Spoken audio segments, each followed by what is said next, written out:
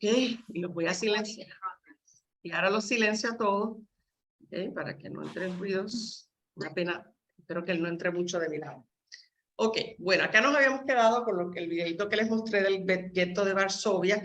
Déjame ver acá qué pasa. Él habló un poco ahí sobre, para terminar lo del gueto, sobre el más importante levantamiento que hubo de los habitantes de los guetos contra los nazis, donde se defienden. Y fue algo que estuvieron planeando largo tiempo porque para poder reunir armas, todo de contrabando, todo, imagínense todas las peripecias que habrán tenido que hacer para hacerse de armamento dentro del gueto.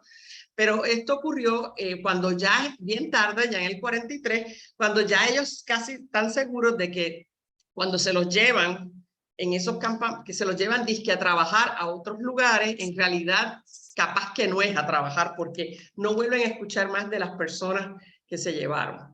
Y entonces estos deciden atacar, porque también en este gueto de Varsovia había mucha gente joven que podía defenderse. Entonces, la organización, eso de ZOV, es la organización de los habitantes, los judíos del gueto, que se organizaron. Como ven, tenían algunos poquitos cañones, algunas granadas de mano, y sobre todo cócteles molotov, que son más económicos de hacer, pero fue terrible.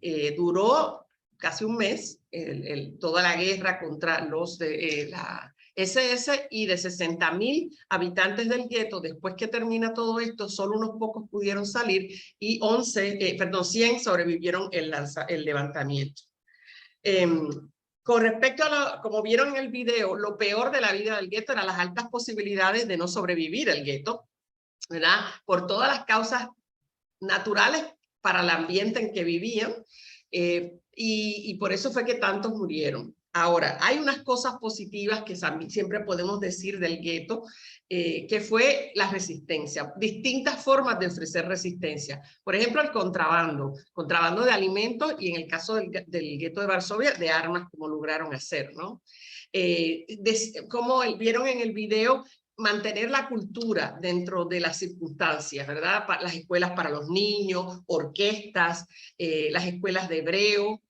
¿Por qué de hebreo? Para los que todavía no conocían el idioma, que tenían la esperanza de un día poder crear un estado judío en Palestina. Los periódicos clandestinos que mantuvieron, o sea, utilizar recursos escasos para mantener periódicos, ese te dice el nivel de cultura que tenían esos judíos. El mantener diarios y luego esconderlos, como pasó con el diario de Ana Frank, ¿verdad? Que sobrevivió a su tiempo, y vamos a ver otros diarios de los que le voy a hablar luego. Mantenerse organizados como grupo, hacer obras de arte y mantener esa esperanza a través de las artes también. Así que todo eso fue importante y fue positivo. Ahí hay una película que habla, que les puse por si algunos la conocen, se las estoy recordando. En español le llaman Ilusiones de un mentiroso, en inglés es Jacob's Liar, y la película es sobre creo que era un médico judío en un campamento, en un gueto, y cómo él dice mentiras. Él era el que, él sabía alemán y él escuchaba la radio, o sabía polaco sería.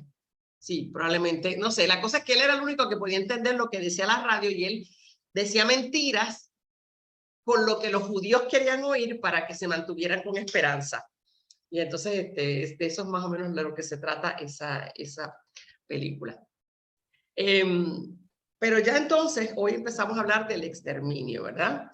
Y el exterminio comienza antes de los campos de la muerte. Según los alemanes comienzan a entrar en el verano del 41, en la Operación Barbarossa, entran a lo que era la Unión Soviética, empieza entonces esta primera ráfaga de exterminio de judíos y de otros no judíos también, a través de unos grupos armados que se llaman los Einsatzgruppen.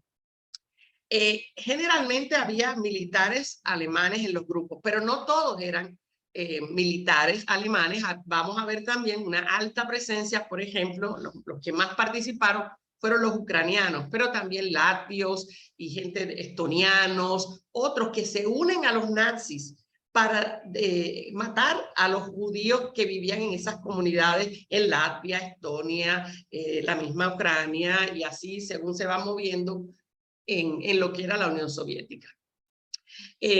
Al principio tienen instrucciones de matar a cualquier oficial del gobierno soviético que se encuentre. O sea, que no es para matar judíos, sino matar a los que eran fieles, leales al gobierno soviético. Pero también entonces se añaden luego los judíos que van encontrando. Por ejemplo, ahí le pongo una frase que dijo un miembro de la Wehrmacht, que les recuerdo que es el ejército de tierra alemán.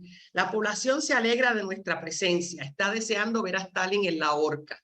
Según entraban a distintos países, siempre hay desafectos, siempre hay gente que estaba en contra del gobierno soviético y que se alegra cuando llegan los nazis, porque todavía no saben de qué se tratan los nazis. Les parece, ¡ah, nos liberaron, qué bien! Para entonces darse cuenta que, espérate, esto no es lo que pensamos, ¿no? Y en estos Einsatzgruppen, la mayoría de los que son militares nazis son de la SS, aunque a veces participen soldados y otros. Esas Einsatzgruppen se estima que en sus operaciones en la Unión Soviética asesinaron a 1.4 millones de no solo judíos, sino también otros que eran oficiales del ejército soviético. Daniel, ¿tienes una pregunta? No te veo, pero hazme la pregunta. Abre tu micrófono porque no te veo. ¿Estás ahí? ¿No? Lo puedes escribir en el chat si no tienes buena señal, ¿ok? Y yo leo la pregunta, ¿ok? Porque no te estoy escuchando. ¿Ok? Así que sigo y si acaso escríbeme por el chat, que lo tengo abierto, y así leo la pregunta o el comentario. ¿Ok? Entonces sigo.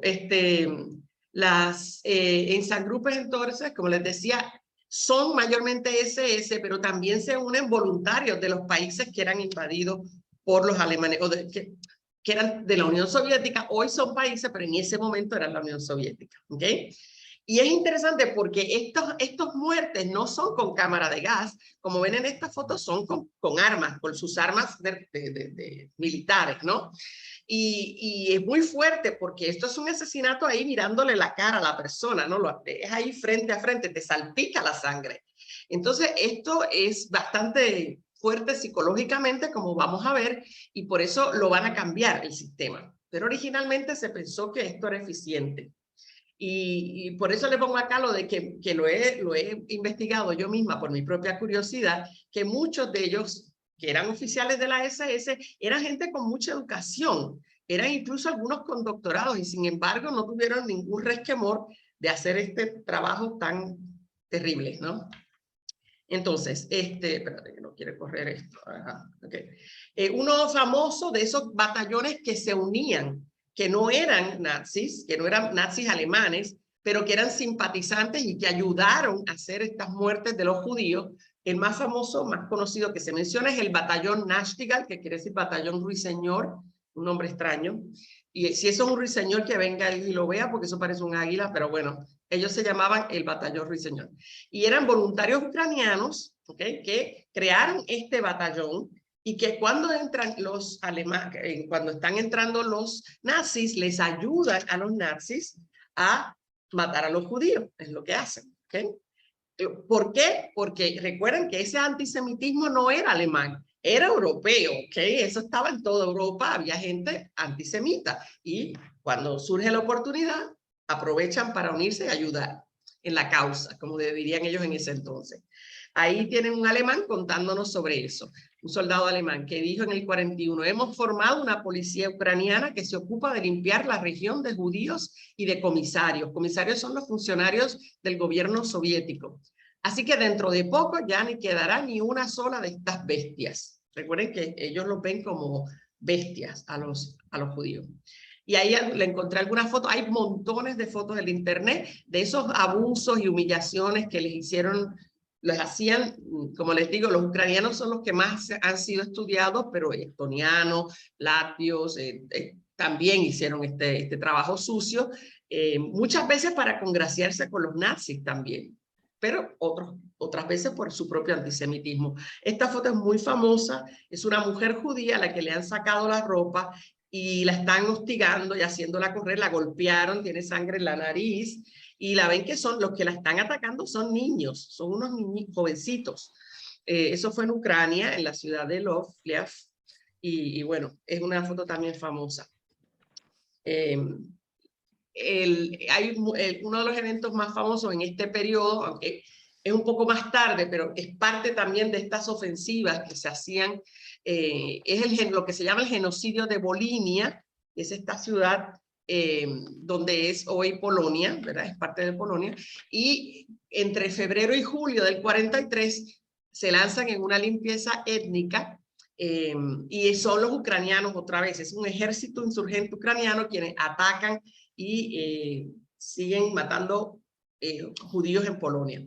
Se cree que entre esos febrero y julio de 43 murieron entre 35.000 y 60.000 solamente en Volinia, mayormente niños, mujeres y algunos campesinos de edad mayor, porque los jóvenes estaban peleando en algún lugar. Entonces los que quedaban en las villas eran las víctimas de estos grupos que venían a matarlos. Y estos grupos, como les digo, no son militares, son grupos como decir una milicia que se forma, y por tanto algunos tenían arma de fuego, pero la mayoría de ellos utilizan armas que usaban para la agricultura, como las guadañas, las hachas o con cuchillo, era que mataban, porque los que no tenían arma de fuego o municiones, eso era lo que tenían. El caso de Rumania, yo les comenté en la clase pasada que es interesante porque Rumania hizo su propio holocausto, paralelo al holocausto que van a hacer los nazis, ¿ok? El gobierno de Rumania, que estaba dirigido por un fascista, pero era un fascista como independiente, se llamaba Ion Antonescu, a lo mejor han escuchado hablar de él, y él hace su propio programa para deshacerse de los judíos de Rumania. Aunque es aliado de la Alemania nazi, no depende de los alemanes, sino que lo hace en su propio, ¿verdad? En su propio país, paralelamente a lo que estaban haciendo los nazis. O sea, que toman el mismo tipo de actividades. Él tenía lo que se llamaba el Partido de la Guardia de Hierro o Garda de Fiel, que era anti todo. Ellos se lo puse, era ultranacionalista, antisemita, antimagiarista, anticiganista, anticomunista, y eran muy cristianos ortodoxos. También Rumania entonces mata a los suyos. Ahora, esta peliculita que les voy a poner tiene unas escenas que algunos pueden considerar fuertes, pero no groseras, porque este video es del Museo del Holocausto, que tiene mucho cuidado de no mostrar cosas que sean grotescas, pero sí fuertes, son escenas fuertes, así que si a usted no le gusta, van a ver algunos Einsatzgruppen, cómo operaban los Einsatzgruppen, es lo que van a ver aquí, por eso se los voy a mostrar porque habla más que 1000 palabras. Es un pedacito nada más, pero si a usted no le gusta ver estas cosas, este es el momento de levantarse, cebar el mate o lo que sea que ustedes hagan, no sé. Ok.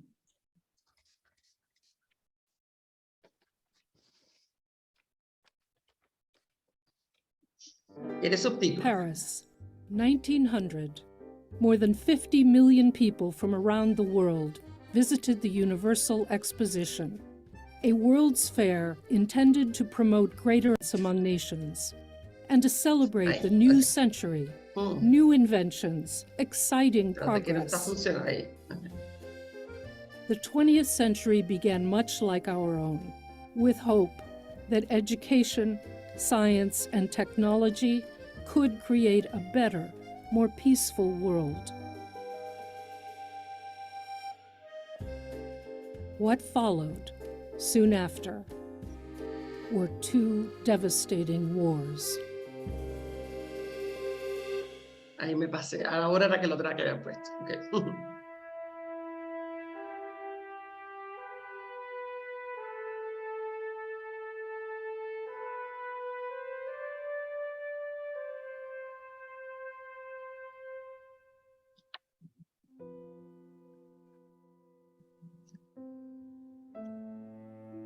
The First World War, from 1914 to 1918, was fought throughout Europe and beyond.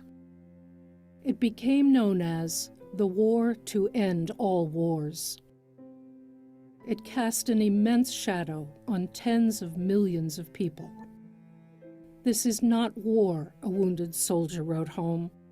"It is the ending of the world." Half of all Frenchmen aged 20 to 32 at war's outbreak were dead when it was over. More than 1/3 of all German men aged 19 to 22 were killed. Millions of veterans were crippled in body and in spirit. Advances in the technology of killing included the use of poison gas. Under the pressure of unending carnage, governments toppled and great empires dissolved. It was a cataclysm that darkened the world's view of humanity and its future. Winston Churchill said the war left a crippled, broken world.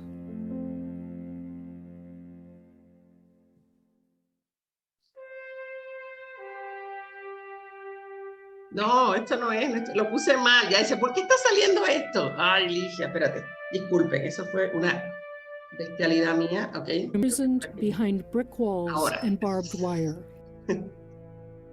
Está viendo The el gueto. German drive eastward was cast Ahora. as a crusade against Judaism and communism. In the Nazi view, two aspects of the same evil. German soldiers and police officials treated Soviet prisoners of war as subhumans, either shooting them or deliberately causing their deaths by exposure to the elements and by starvation. Millions died in German captivity. On the Eastern Front, racial political instruction was part of regular training for all types of German occupation forces. SS Chief Heinrich Himmler referred to the war against the Soviet Union in an address to his men. "This invasion is an ideological battle and a struggle of races. Here in this struggle stands National Socialism, an ideology based on the value of our Germanic Nordic blood. On the other side stands a population of 180 million, a mixture of races whose very names are unpronounceable and whose physique is such that one can shoot them down without pity and compassion." In July 1941, Hermann Göring, Hitler's second-in-command, authorized all necessary preparations for the final solution of the Jewish question in the European territory under German control.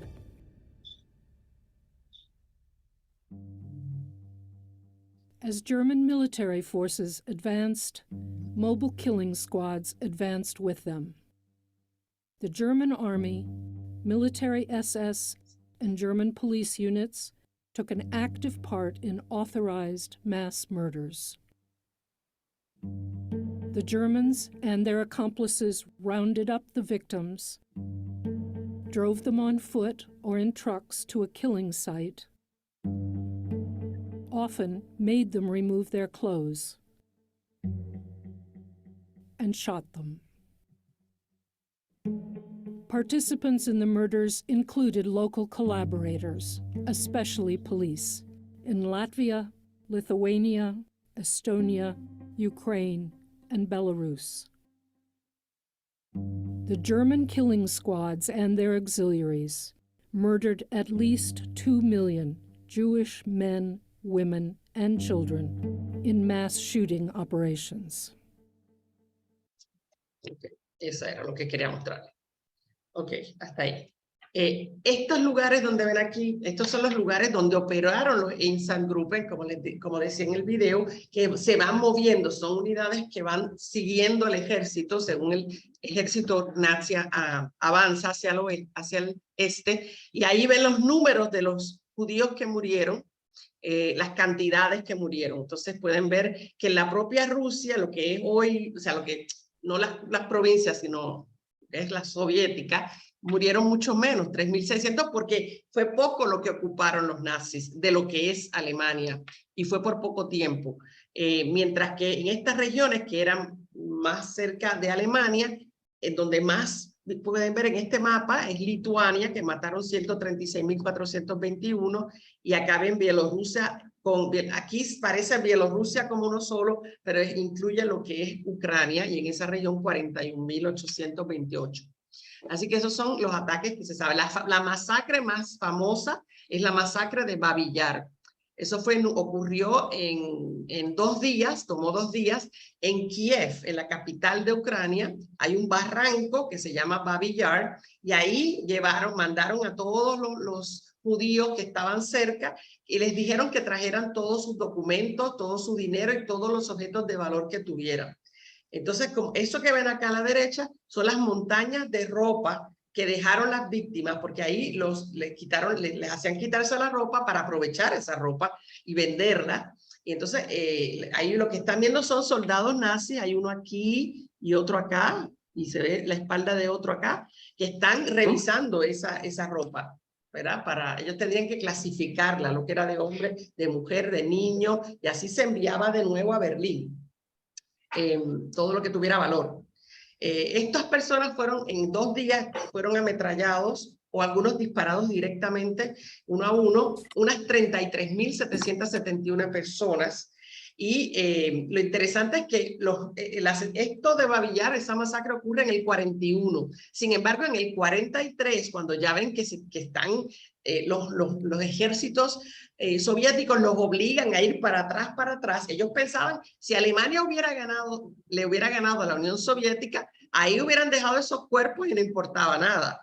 Pero ¿qué pasa? Que cuando ven que tienen que retirarse, están en retirada, no quieren que esos cuerpos aparezcan ahí, así que buscan a los internos de campos de concentración de los nazis y los llevan para que ellos saquen todos estos cuerpos. Imagínense lo que sería, lo terrible que es sacar estos cuerpos y entonces quemarlos. Exponer los cuerpos para quemarlos, para que no quede evidencia, ¿no?, de que hubo una masacre allí, porque tienen las balas en sus cuerpos, es evidencia de que hubo una masacre. Así que eso lo hacen en el 43, 2 años después. Ahí es de un joven nazi que escribe a su casa y dice: hay que vencer, si no las cosas se pondrán mal para nosotros. La venganza de los canallas judíos del extranjero caerá de un modo atroz sobre nuestro pueblo, porque para dar al fin reposo y paz al mundo, aquí se ha ejecutado a centenares de miles de judíos. Fíjense que es una cruzada para salvar al mundo de los judíos, ¿eh?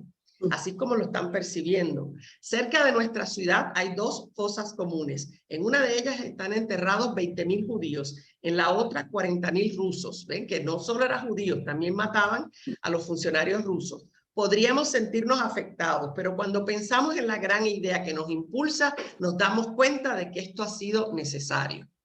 Así lo procesan mentalmente. Pero a la larga, estos asesinatos en masa empiezan a volverse un problema, y Himmler, que es el que está a cargo, Himmler, de las SS, empieza a darse cuenta que tienen que cambiar el método, porque, bueno, no solo porque están desperdiciando balas que deberían estar usando contra el enemigo, las están desperdiciando contra los judíos, sino porque emocionalmente empiezan a enfermarse de los nervios los soldados alemanes que han participado en las Einsatzgruppen, en estos batallones de muerte. ¿Okay? Es demasiado cerca la muerte. Y entonces eso los lleva a empezar a pensar en otra manera de matar a los judíos. Y tenían el referente, ¿se acuerdan? De T-34, de la operación cómo habían empezado a usar gas en buses sellados, trayendo los gases del escape de gas del auto de nuevo dentro del autobús para matarlos de una forma más limpia, sin que no cara a cara matar a las personas. Entonces, eso es lo que van a proceder pronto a hacer. Ahora, antes que eso, fíjense, esta es una fotografía que están viendo de una de esas matanzas.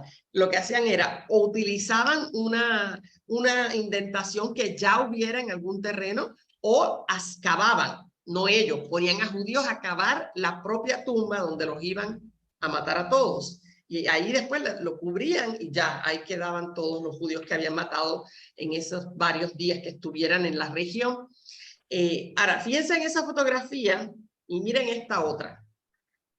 A ver si alguien se atreve a los que conocen de uniforme, ¿alguien se imagina dónde es esta foto? Es posterior, muy posterior, ¿ok? A la Segunda Guerra Mundial, para que vean que hay cosas que siguen pasando. ¿Alguien sabe dónde? ¿Estos son de los aliados? No, esto es una foto de 1965 por ahí. Ah, está. Esto es Vietnam. Vietnam. Sí. Y la masacre de My Lai es una de las masacres famosas de los soldados contra los vietnamitas, mujeres y niños Vietnam, mayormente. sí. Así que el ser humano sigue haciendo las mismas barbaridades otra vez y otra vez y otra vez. Ese es el punto. Ahí son cuerpos supuestamente de guerrilleros, pero hay muchos niños, hay mujeres, hay de todo. Luego, como les decía, entonces empiezan primero con los autobuses, ¿verdad? Estos son autobuses, lo que le arreglan para que el escape de gas entre de nuevo al autobús, sientan a todos los judíos, prenden el auto, se sale el chofer y ahí los dejan hasta que se mueran todos. Pero eso no va a ser suficiente, como sabemos. Van a tener que crear algo porque de ahí se tardaba mucho tiempo. Eran muy pocos los que caían en cada autobús, así que van a tener que mejorar el sistema. Ahora, el holocausto en sí, que es lo que vamos a hablar en adelante, hay dos teorías de por qué ocurrió, dos teorías históricas de por qué ocurrió. Unos historiadores se van por la teoría que ven a la izquierda, que les explico ahora, que es la teoría de la intencionalidad. Esos historiadores piensan que siempre estuvo en los planes de Hitler el genocidio y que él lo planeó todo de antemano porque estaba obsesionado con la extinción de los judíos. Yo no me voy por esa línea porque no encuentro evidencia de eso y por eso es que voy a compartir con ustedes la evidencia que encuentro de lo contrario. Yo creo en la teoría de la funcionalidad. Trataron de hacer que se fueran, como yo les había mostrado. Hitler lo que quería es que se fueran. Pero cuando no tienen países a dónde irse, entonces, ¿qué hacemos con ellos? Bueno, los ponemos en los guetos, ¿ok? Y así les quitan las casas, les quitan las propiedades, todo lo que tengan de valor. Pero cuando están en los guetos se dan cuenta que no los pueden alimentar mientras están peleando una guerra, a la vez mantenerlos vivos, ¿para qué? Entonces, como cuando se dan cuenta que alimentarlos cuesta dinero y que les está haciendo un boquete en el presupuesto que tienen para guerra, toman la decisión de usar a los que estén saludables para que trabajen gratis para ellos hasta que se mueran, y los que no pueden trabajar porque son mujeres, porque débiles, porque son ancianos, porque son personas enfermas o porque son niños, matarlos de una y ya. Y ahora les muestro la evidencia, ¿ok? Esto es Hitler en un discurso del 30 de enero de 1939. Este se usa para probar la teoría de que Hitler siempre quiso matarla, siempre quiso matarlo, porque lo dice antes que empiece la guerra y dice: hoy volveré a ser de profeta. Si los financieros judíos internacionales de Europa y de fuera de ella consiguen una vez más arrastrar a las naciones a una guerra mundial, el resultado que obtendrán no será ya la bolchevización del mundo, que fue lo que ocurrió en la Primera Guerra, no del mundo, de la Unión Soviética, y la victoria de la judería, de los judíos, sino la aniquilación de la raza judía en Europa. O sea, que lo que está diciendo es, si hay una guerra, aquí las que la van a pagar son los judíos, básicamente, lo que está diciendo. Pero lo que prueba lo otro es lo que ya yo les he ido mostrando, ¿verdad? Que unos intentos de que se fueran, ¿verdad? Originales, y que cuando se les empieza a deportar a los guetos, ¿verdad? Si en realidad el plan era siempre matarlos, ¿para qué los iban a alimentar en los guetos? Porque los alimentaban, les daban poco alimento, pero les daban. Entonces, no tiene lógica que los mantuvieran vivos tan largos si siempre hubiera sido el plan matarlos. Además, sabemos que la manera de ejecutarlos fue variando con el tiempo, como que se nota claramente que estaban improvisando y buscando soluciones según ocurrían los problemas. Pero este es el más fuerte dato, eso se ha estudiado mucho, este memorando, que lo envió un jefe en Polonia, donde más judíos hay, se lo envía un jefe de la SS al propio Adolf Eichmann, que trabajaba a cargo de la sección judía de la SS. Es del 17 de julio del 41. Según están moviéndose ya hacia la Unión Soviética, ya están entrando en la Unión Soviética. Y dice el memorando, este invierno existe el peligro de que no todos los judíos del gueto de Bártego, que se está refiriendo, puedan alimentarse más. Uno debería sopesar honestamente si la solución más humana no sería acabar con esos judíos en la medida en que son incapaces de ser puestos a trabajar por algún método rápido. En cualquier caso, esto sería más agradable que dejarlos morir de hambre. Suena absurdo a veces, ¿verdad? Suena extraño lo que les voy a decir, pero traten de ponerse en la cabeza del alemán, ¿verdad? Que tiene una misión de acabar con los judíos, de sacarlos de alguna manera de la vida europea, ¿ok? Entonces él está diciendo, se está acercando el invierno y no creo que tengamos suficiente alimentos para todos. Se van a morir de hambre. Eso es inhumano. ¿Por qué mejor no los matamos de otra manera más rápida? Para que no sea inhumano, ¿ok? Desde su punto de vista está siendo humano, ¿ok? No lo vamos a ver así nosotros ahora, obvio, pero si usted se trata de poner en su posición, el tipo está diciendo, y este alerta que él da es muy importante porque el gobierno, cuando Adolf Eichmann recibe el memorando, él lo pasa a sus superiores y se junta eso con lo que ya sabían que los Einsatzgruppen no podían seguir porque se estaban afectando emocionalmente y deciden hacer una reunión para determinar cómo matar a los judíos más humanamente, ¿ok? Desde el punto de vista de los alemanes, o sea, no podemos, ningún asesinato es humano porque es una contradicción de términos, ¿no? Pero para ellos era la manera más humana, ¿no? Y esa es la conferencia famosa que hay la película que habían comentado en la clase, sobre la conferencia de Wannsee. Es en las afueras, creo que es de Berlín misma, es una área afuera, y ocurre en enero del 42. Fíjense que para entonces ya los alemanes están metidos en la Unión Soviética y van a tener que enfrentar ese primer invierno que yo les conté que fue terrible, ¿ok?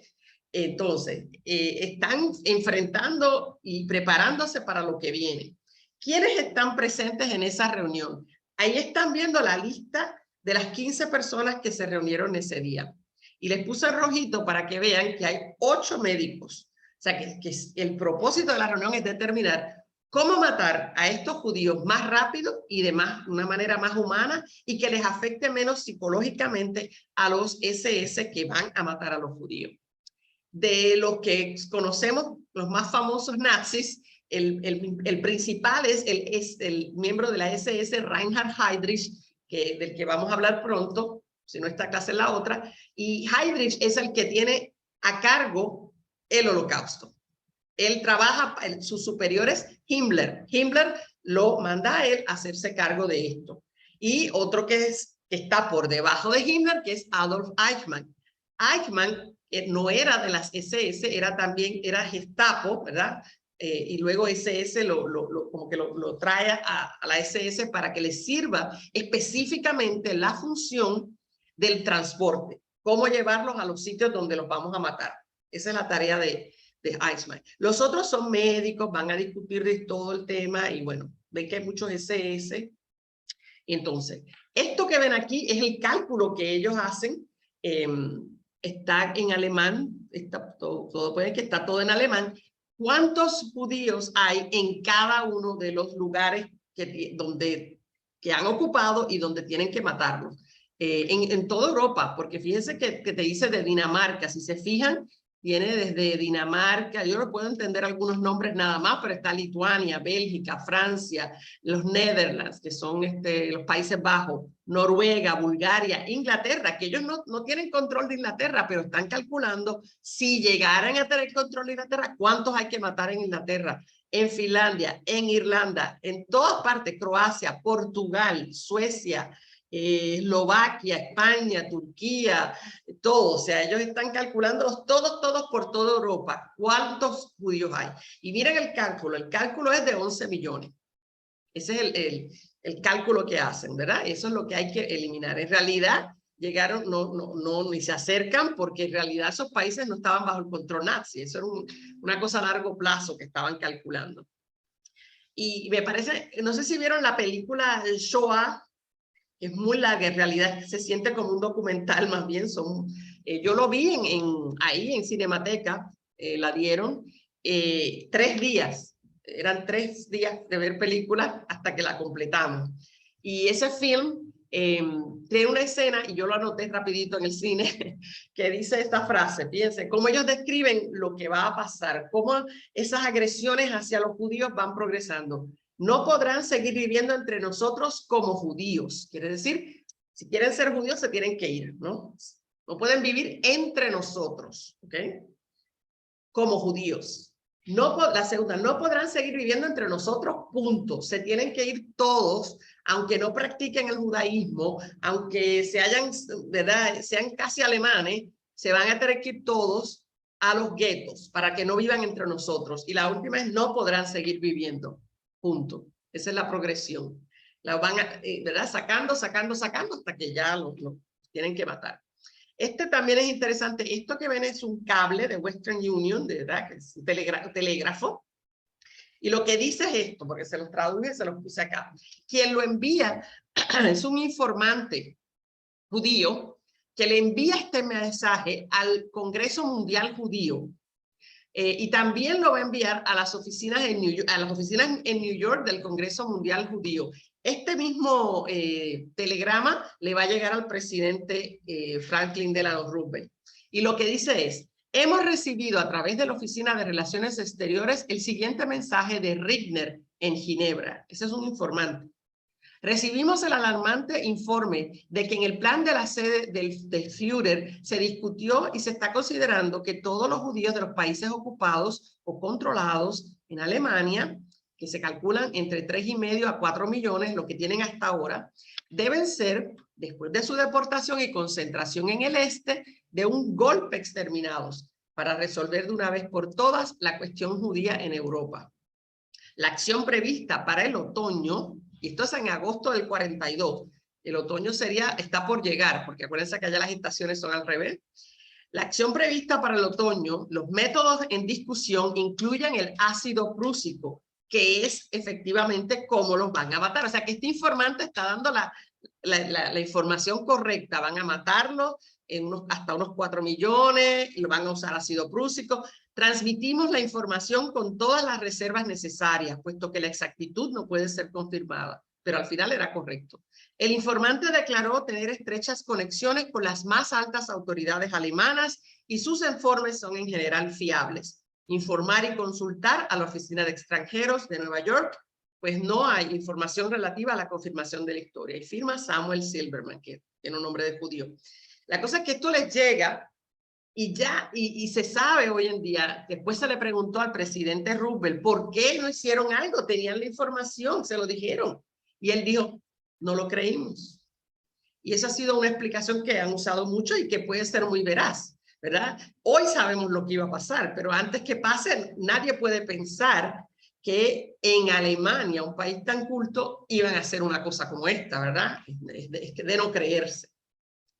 Pero sí, ya para el 43, ya están los periódicos. Estos son periódicos de Estados Unidos del 43. El primero ya está diciendo ahí que se espera que va a haber una trampa mortal para 5 millones de judíos. Y dice, ¿cuándo establecerán las Naciones Unidas una agencia para tratar el problema del exterminio de todo un pueblo por parte de Hitler? O sea, que se sabe lo que está pasando. Todo, el de abajo dice, todos estamos ante el límite de la humanidad, la historia y Dios. Todos seremos juzgados culpables si no creamos la maquinaria para salvar el pueblo judío. O sea, hay una preocupación de que el pueblo judío va a perecer. Bueno, esto es una poema ahí que no lo voy a poner. Entonces, en esa reunión de Wannsee, eso es lo que se decidió. Lo que ese informante transmitió es lo que se decidió allí.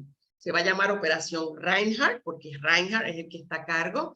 Y la idea que se asume es la mejor manera de matarlos es crear centros de exterminio donde vamos a tener, en vez de buses que los matan con gases, cámaras de gas.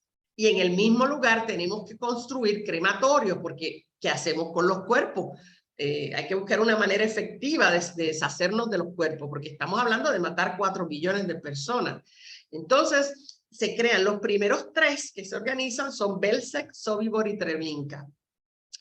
Y bueno, ahí en esa reunión también se discute quién es judío, porque uno que es medio judío, ¿es judío? ¿Lo vamos a matar también? ¿O a los que son mitad judíos no los matamos? Toda esa fue la discusión que hubo allí entre estos médicos, ¿ok? Como mucha seriedad, como de médico. ¿Quién es un judío? ¿A cuáles matamos? ¿A cuáles esterilizamos nada más? ¿A cuáles le perdonamos la vida? Toda esa discusión ocurre en esa reunión. Y luego de eso, en octubre del 42, está el famoso discurso que está mencionado en el videito que les mostré, pero yo escogí otra partecita en donde Heinrich Himmler le da las instrucciones a los líderes de la SS y les dice lo que van a hacer. Es la primera vez que él les dice qué es lo que van a hacer. Pero tiene que explicárselo, ¿verdad? Porque son humanos y son padres de familia, muchos de ellos. Entonces, él, por un lado, la real razón era que no podían alimentarlos y que los iban a matar de esta manera que era más eficiente. Pero no les puede decir eso, porque imagínense, son soldados y le dicen, no podemos alimentarlos. ¿Qué quiere decir? Tenemos problemas económicos y eso le daña la moral de los soldados. Entonces no puede decir eso. Entonces, ¿qué va a decir? La excusa que utiliza en su discurso es que ¿de qué vale matar a los hombres judíos? Que es lo que hemos estado haciendo hasta ahora. En esos Einsatzgruppen eran mayormente hombres judíos. ¿De qué vale matarlos si dejamos vivas a las mujeres y a los niños? Los niños serán los judíos del futuro que va a seguir el problema. O sea, no resolvemos el problema con matar solamente a los hombres judíos.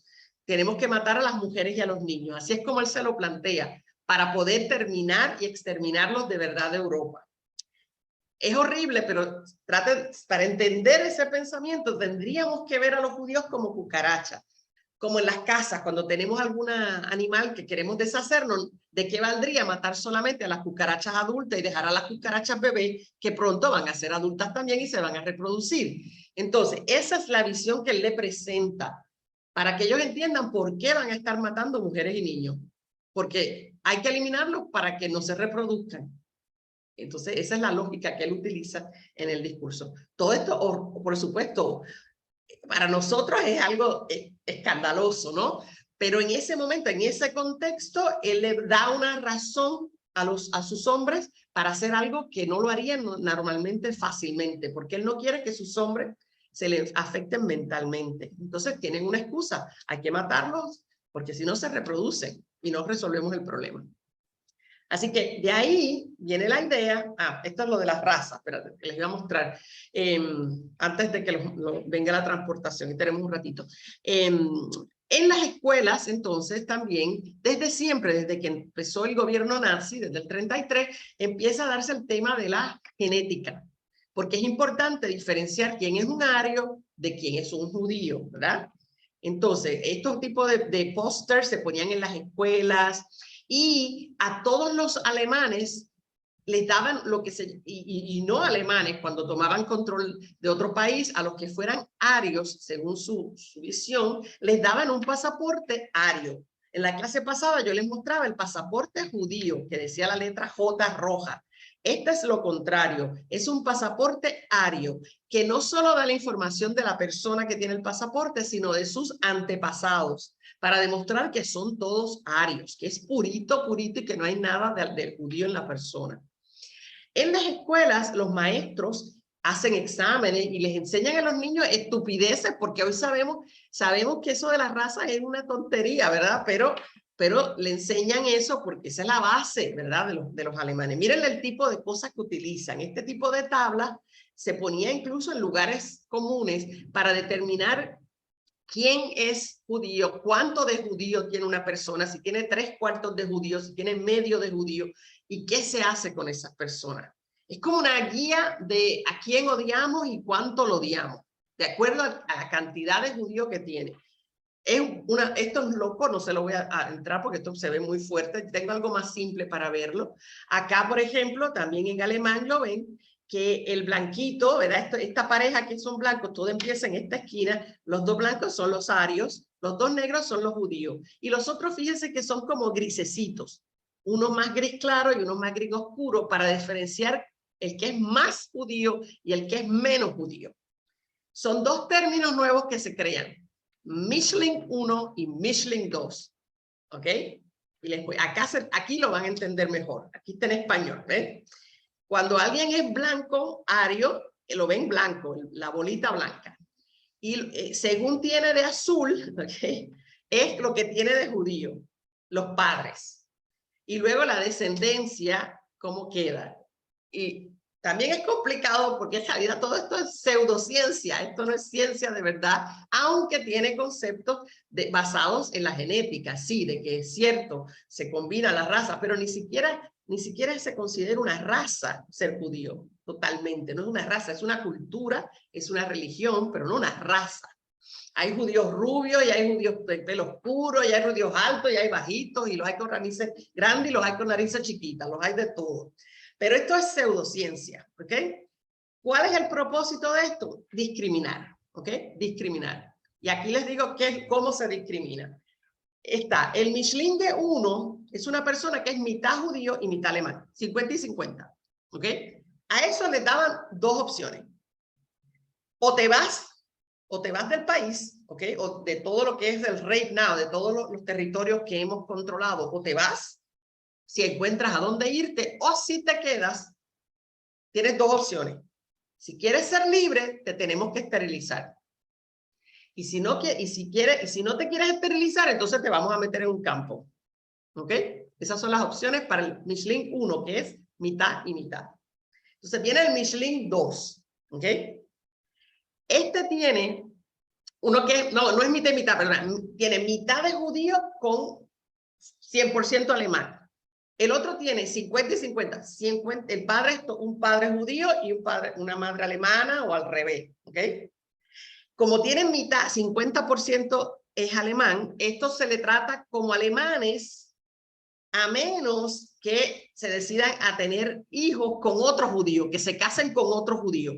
Si un 50% judío se casa con un alemán, es como limpiar la raza, ¿ok?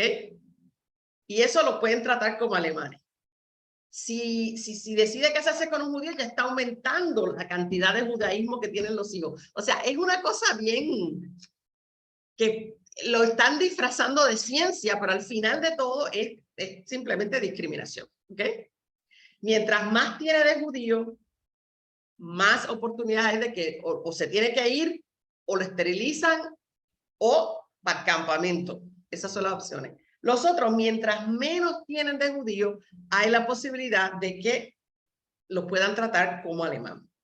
Así que, nada, les cuento eso para que ustedes vean la obsesión que tenían con este tema. Y volviendo a Reinhard Heydrich, que es el que va a estar a cargo del Holocausto, resulta que solamente lo puede hacer por muy poco tiempo. Porque él va a sufrir muy pronto la fecha que fue, este junio del 42, él iba en ese auto que ven aquí, él iba en Checoslovaquia, él estaba a cargo de la región de Checoslovaquia, además de estar a cargo del Holocausto, él es lo que se llamaba el protector de Bohemia y Moravia en la República Checa. Se le consideraba el ario perfecto, porque lo pueden ver ahí, que el tipo es rubio, de ojos verdes, era violinista, creo que no, si no tenía un doctorado, algo así tenía, era un tipo, era atleta, o sea, un tipo perfecto, decía todo el mundo, era el ideal del hombre ario, alto, rubio, más rubio no puede ser. Y cuando él va en ese auto, no sabe que hay dos checoslovacos que ya habían sido entrenados para hacer bombas en Inglaterra, y que Inglaterra en un avión los había soltado y estaban esperando en ese camino donde sabían que él iba a pasar para lanzarle las bombas. Y así es, una de las bombas crea este hoyo que ustedes ven aquí, este boquete que ven aquí en el auto, y en ese boquete entra la bomba. Y no lo mata la bomba, lo mata que uno de los resortes del asiento, de los que, ¿verdad? Los asientos tienen como los colchones, esos resortes de metal, se le encaja, se le entierra a él en la parte baja de la espalda, y tampoco se muere de eso, se muere de que ese resorte que es de metal le crea una septicemia y a los pocos días muere. ¿Ok?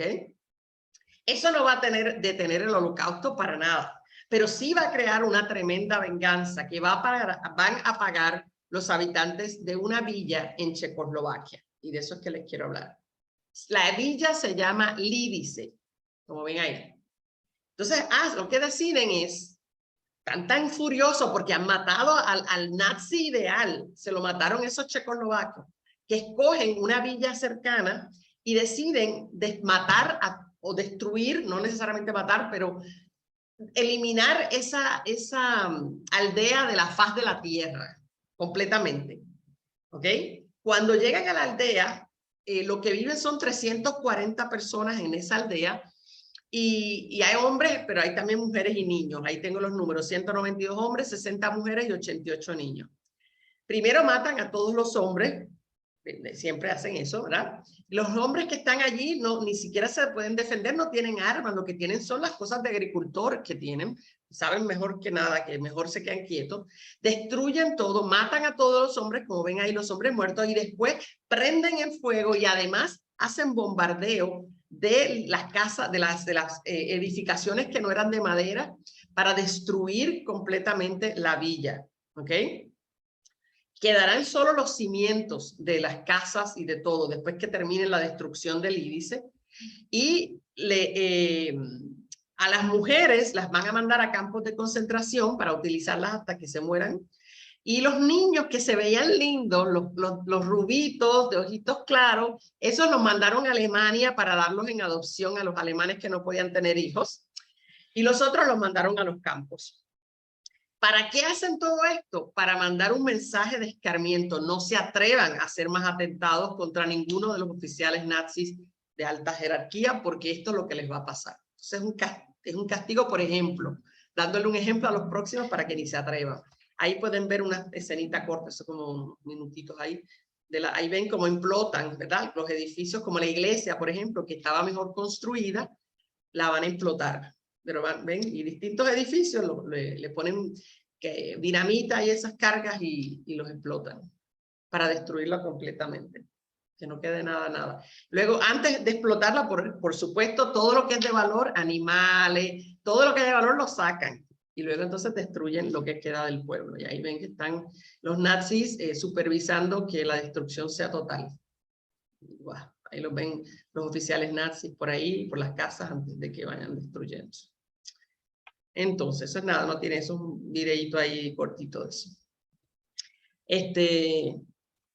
Hoy en día hay un monumento en donde estuvo Lidice una vez. Se decidió que no, el gobierno de Checo decidió no construir nada más ahí y mantenerlo, ¿verdad?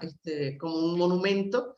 Y tiene que me parece muy interesante, este es el monumento como estatua que tienen ahí en Lidice, que recuerda a los niños, a los 88 niños que desaparecieron porque los mandaron a otros lugares y no los volvieron a encontrar.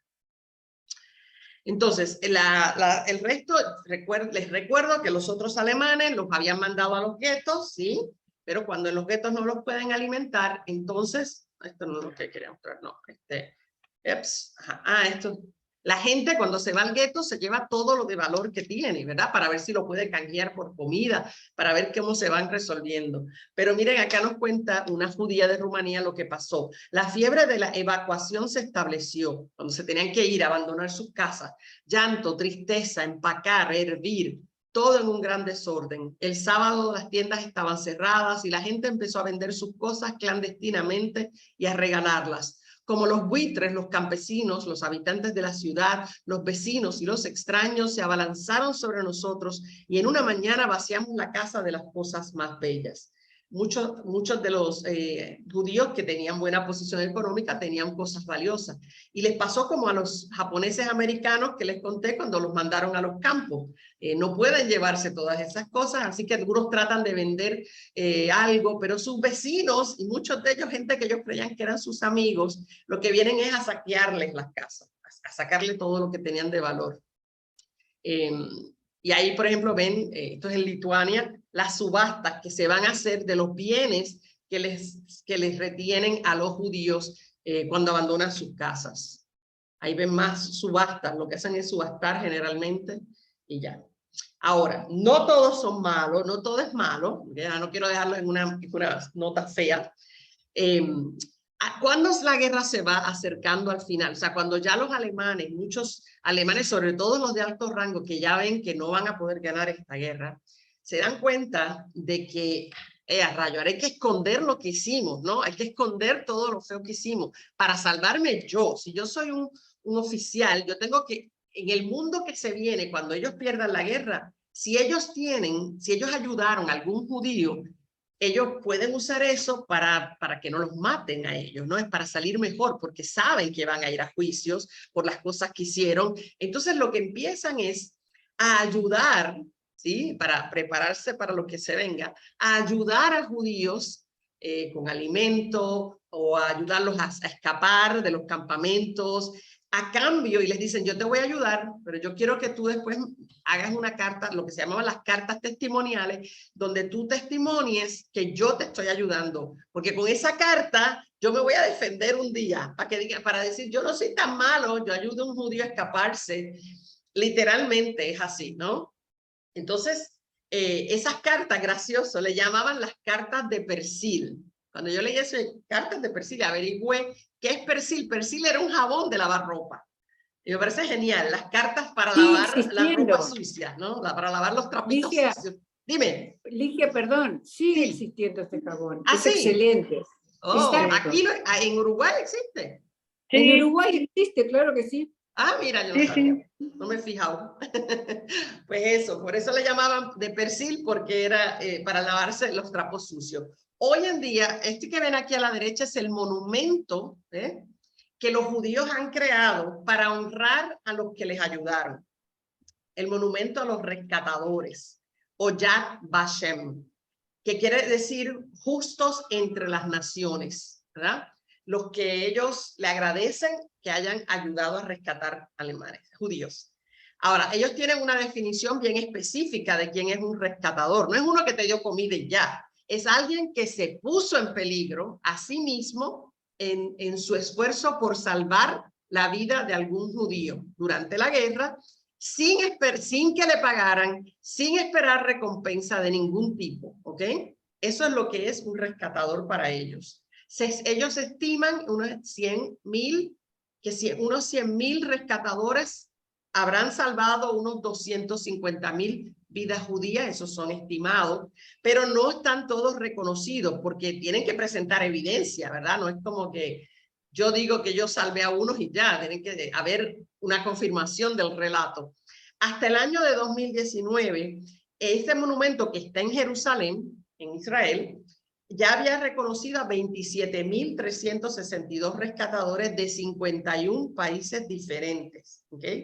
Todos estos rescatadores, una vez que son reconocidos, su nombre va a aparecer, están ahí en ese monumento los nombres de esas personas y reciben del gobierno israelí la ciudadanía israelí y una pensión de por vida desde el momento en que los identificaron como rescatadores. Es una manera de agradecer. Ahora bien, no todos son europeos, ¿verdad? Hay dos que encontré que son latinoamericanos. Uno es Gilberto Bosque Saldívar, a quien le llaman el Schindler mexicano, por la película y por el hombre que se llamó Schindler, no me acuerdo el nombre primero, pero Schindler.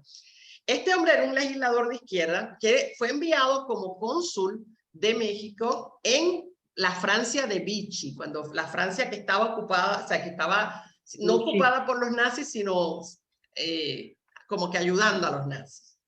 Él utilizó su posición como cónsul general para darles visas a 40.000 judíos franceses y algunos que no eran judíos, pero que eran españoles republicanos que huyeron de la Francia, de la España de Franco y que llegaron hasta Francia. Así que él salva de los dos y les daba las visas para que se pudieran ir a México, entraran a México.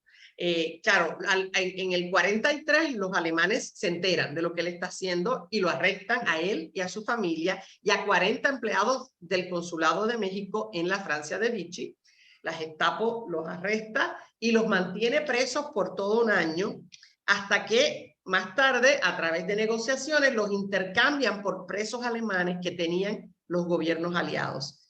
Así que se salvaron. Al final se salvó él y su familia. Hay un documental, que es lo que están viendo ahí, que se llama Visa al Paraíso, que es sobre su vida. Ese es uno. Entonces el otro se llama José Arturo Castellanos y le dicen el Wallenberg latinoamericano, porque Wallenberg fue otro, ese fue, creo que era noruego, sueco creo, que también salvó un montón de judíos. Y él era el cónsul general en El Salvador, de El Salvador en Suiza. Muchos alemanes, muchos judíos que escapaban de Polonia, de Rumania, continuaron y cruzaban los Alpes y entraban a Suiza a través de los Alpes. Y él, como tenía esa posición de cónsul general, también hizo lo mismo, le daba visas y algunos llegó a darle incluso documentos, o sea, pasaportes falsos salvadoreños para que pudieran cruzar y salvarse, ¿no? Para que entraran allá a Suiza. Entonces, y enviarlos luego al Salvador. Hay también un documental, que lo ven ahí, que se llama The Rescue. Con respecto a los rescates, según el Museo del Holocausto, las investigaciones que ellos han hecho, han encontrado que los rescatadores eran gente de todo tipo, no eran ni los ricos ni los pobres, cualquiera. No eran judíos necesariamente, muchos cristianos, muchos católicos, muchos ateos, muchos de todo, los ayudaron también. Lo que es sorprendente es que uno pensaría que los amigos de los judíos fueron los que más ayudaron y no siempre fue así. Amigos de judíos a veces dijeron, esto está peligroso y les dieron la espalda, ¿no? Pero uno no los puede culpar porque eran tiempos muy difíciles, ¿no?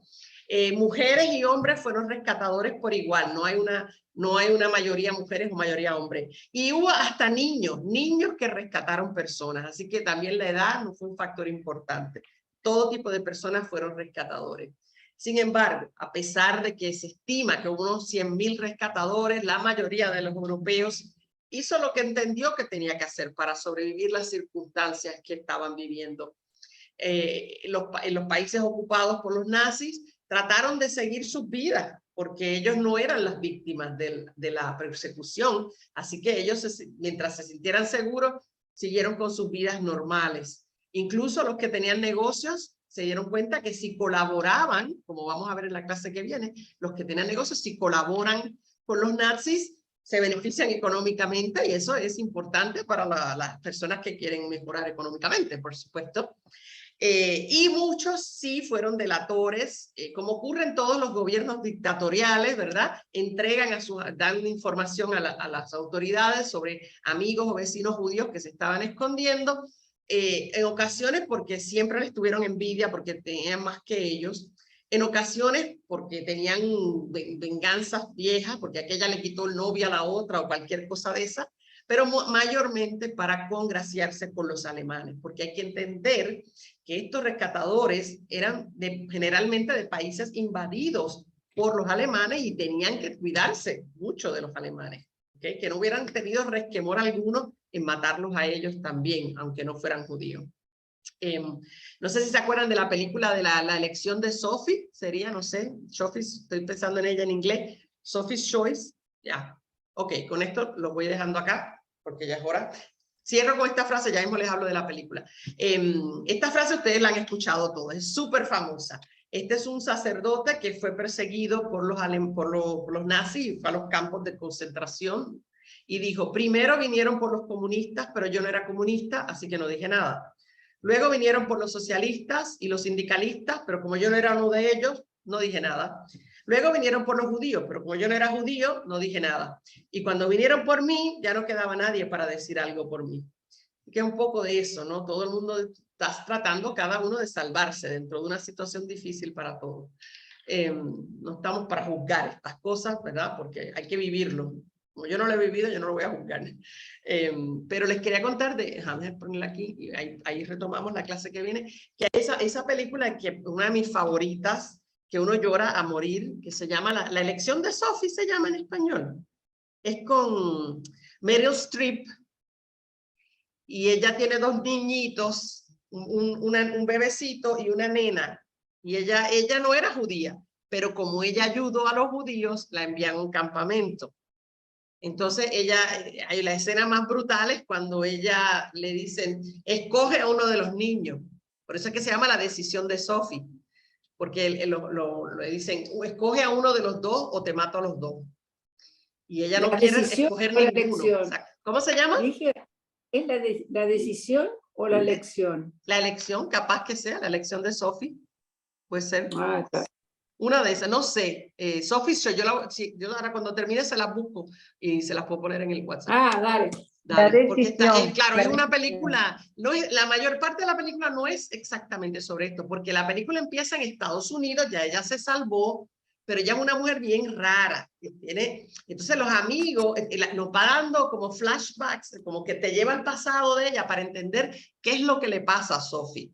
Y es a lo largo de la película, muy tarde, que te da por fin cuál es el trauma de Sophie, que fue esa escena donde le dicen, y no les voy a decir a quién escoge, porque no les voy a dañar la película por si la quieren ver, ¿verdad? Pero esa es la escena brutal donde le dicen, escoge uno o te mato los dos. Entonces ella va a tener que escoger uno de los dos, y por eso es que se llama la elección o la opción de Sophie. La decisión. La decisión de Sophie, La ¿no? decisión. Sí, es una película Sí. bastante vieja, pero muy buena. Creo que ganó el Oscar, tiene que haber Ganó ganado. el Oscar ella. Sí. Ella ganó el Oscar. Sí, sí, es una película tremenda. Pero hay una película que ustedes seguramente conocen también, que me encanta, que es la de La vida es bella, ¿no? Ah, Ay, sí. Claro. Porque no es triste, aunque igual uno llora, porque uno sabe lo que pasó, ¿verdad? Pero se acuerda que es con Benigni, y que ganó Sí, también el Oscar, también Oscar. ganó Oscar. Y es del papá que es italiano, y él es judío, pero la esposa no. Entonces él es el que le envían al campamento, y ella no quiere separarse de él y de su hijo, porque el nene, como es mitad judío, se lo manda al campamento. Y entonces ella se va voluntaria al campamento solo para estar cerca de su marido y de su hijo. Y bueno, por ahí va la película. Él ganó el Oscar póstumo por esa película. Póstumo, él se murió. Creo que sí. No. No, ¿No? él hizo No, Pinocho no, después de entonces- eso. Después de eso él hizo Pinocho. Entonces estoy confundida con Sí. otro. Sí, Sí, se murió después. la película se trata de cómo este padre se las ingenia a través de su humor y de su imaginación, de esconderle al niño la realidad de dónde están y de lo que puede Sin pasar. duda. Y la carita del niño Sí, el nene es un precioso. poema. Es un Precioso. poema. Película Y es un está la poema. historia de amor, empieza con la historia de amor del hombre con su esposa, que se adoran, y todo es preciosa la película, ¿no? Y cómo él se casa con ella, es muy graciosa Sí, hasta que no es graciosa. él la hace graciosa. Exacto, es graciosa hasta que empieza la parte fea. Es como la de Sound of Music, el sonido de la música, será en inglés, en español. La que es súper vieja, la de la familia Von Trapp. Ah, sí. Sí, ¿saben cuál es? La de Julie Andrews. Sí. Sí. Que es muy Sí, linda, eso fue muy drama. linda, y después no se pone tan linda, ¿no? La novicia rebelde. Oh, Sí. ok, la novicia La rebelde. La novicia rebelde, es verdad. Esa Sí. película es muy linda, muy linda, muy linda, y luego se complica, ¿verdad? Hasta que... Sí, pero es más linda que... No, las dos terminan bastante bien. No, porque yo no me acuerdo cómo termina. Déjame no dañarla, porque cuando uno tiene hijos adolescentes, aprenda que no se dañan las películas. Yo, okay. Es aquí, cuando gana el Oscar, él salta por las butacas a saludar. Ah, sí, yo no sabía. Benigni, dice Ofelia, no sabía. Fantástico. Ajá. Sí, el tipo Es un artista fantástico. Expresividad. Sí, Es sí, ¿verdad? impresionante. Sí, que hay muchas películas que no son todas feas, ¿verdad? Porque yo sé que es fuerte, a veces uno se satura de cosas tristes. Esas tienen ese otro toque, el toque humano, el toque... Las dos Las hace tienen más accesible. una banda musical impresionante, cualquiera Ah, de verdad. porque Sí. la de La vida es bella, Sí. divina, y la de La novicia rebelde también. Sí, La ¿sabes cuántas música- veces habré visto yo? La he visto hasta en el teatro, la novicia rebelde, no me canso, me sé las canciones, me sé todo y no me canso. Sí, es hermosa. Realmente, sí. Y esa, la de Benigni, yo la tuve que comprar y cada cierto tiempo la tengo que ver de nuevo. Aunque sé que voy a llorar, no me importa, la mayoría del tiempo no es triste. así que- Aunque se lo ve poco a él. A ver, Realmente Ajá. Benigni no se le ha visto Sí. muy seguido, por lo menos acá. Hace tiempo que no salen películas. Lo último que yo me acuerdo que hizo fue la de Pinocho, que él hizo la de Pinocho. Que él era Pinocho, creo. Sí, creo, no sé. Ahora salió otro Pinocho en Estados Unidos con nada menos que con, oh Dios, se me fue el nombre, espérate. Tiene un nombre cortito, fue el que hizo la del hombre que cae en una isla desierta y se hace amigo de la película. ¿Cómo se llama? Tom Hanks. Tom Hanks. Tom Pues Hanks. está Tom Hanks, asumo que él no ¿Cómo es, se llama? no es Pinocho ¿Cómo porque se él es muy llama? Que no viejo, él entendí. debe ser Gepetto. Me ¿Cómo se imagino que él es llama esa? Gepetto. Pinocho. Pinocho acaba de filmar otro Pinocho con Tom Hanks. Eso hay que verlo porque hay que verla. Así que muchas películas las escogemos. Mi esposo el otro día vio Schindler's List otra vez porque se la había olvidado. Yo no la he vuelto a ver, capaz que me la repaso. Son 3 horas. Schindler's List. Hay que verla en episodio. 3 horas, hay que estar de noche. Sí. Hay que hacerla de noche. Sí, pues nada, con respecto a, aprovecho con lo de reunirnos, si se puede sacar una fecha, no hay que hacerlo en realidad en el horario de la clase, porque mi otro grupo hace lo que le dé la gana. ¿Hasta cuándo tenemos clases contigo? ¿Hasta cuándo tendremos Hasta el clases contigo? 26 se supone, y si fuera necesario y quieren, están de acuerdo, podemos hacer una más en la semana, Sí, la primera semana. feliz. Es capaz que sí, que sea necesario, porque aunque estoy tratando de cortar y cortar, no me gusta tampoco ir a las millas. Eso lo vamos viendo. Pero con lo de respecto a la fiesta, quería que supieran eso, que no hay esa restricción de que tiene que ser un martes a la hora de la clase. ¿Okay? Puede ser en cualquier momento. El otro grupo la va a hacer sábado en una casa en la playa, en un lugar que se llama Buenavista, que ni siquiera sé dónde es. Sí, yo voy a Los Ciegos, porque alguien tiene una casa de playa y bueno, entonces la ofreció. Así que puede ser. Hemos ido al parque, con el otro grupo, al parque del Prado ese, pero ese no me gusta a mí porque no tienen baño. Y tuve un estrés tremendo todo el tiempo, no tomé nada, porque tenía un estrés de que no había baño, que no pude, no lo pude disfrutar. ¿En dónde no había baño? En el Prado ese donde estábamos. En el Prado. Sí. En el Paseo del Prado, ahí en... El parque, es un parque grandote. En el parque. Sí, Solo en el parque, claro. Sí, no, No cuando había yo llegué lo más feliz y no había baño, a mí eso me pongo histérica cuando no hay baño en los sitios. Ay, pobre. Y con las variaciones que hay del tiempo, mejor organizar algo más simple en un lugar. Claro. De tomar algo, de No, y no se compartir. crean, tampoco, no sé, o sea, esto es un grupo gigantesco de 51 personas, difícilmente vayan ahí todos. Nosotros cuando nos reunimos en el otro grupo, vamos 8, 10 a veces, tú sabes, depende, los que puedan. Sí, los que pueden ir. Sí. Sí, no hay que sentirse mal, sacamos fotos para los que no vayan, no hay problema. Para que no se sientan mal. Gracias Dale. gracias por la opción de dar una clase de más. Gracias. Ok, sí, no hay problema. Y bueno, los veo la semana que viene, que estaré Gracias. transmitiendo desde Nos Buenos vemos. Aires. Que disfrutes en Córdoba. Que Gracias, tanto- gracias. Hoy vamos a celebrar un Chao, poquito chao. más. Muchísimas gracias. Chao. Que estén bien. Hasta luego a todos. Chao. Chao. Hasta la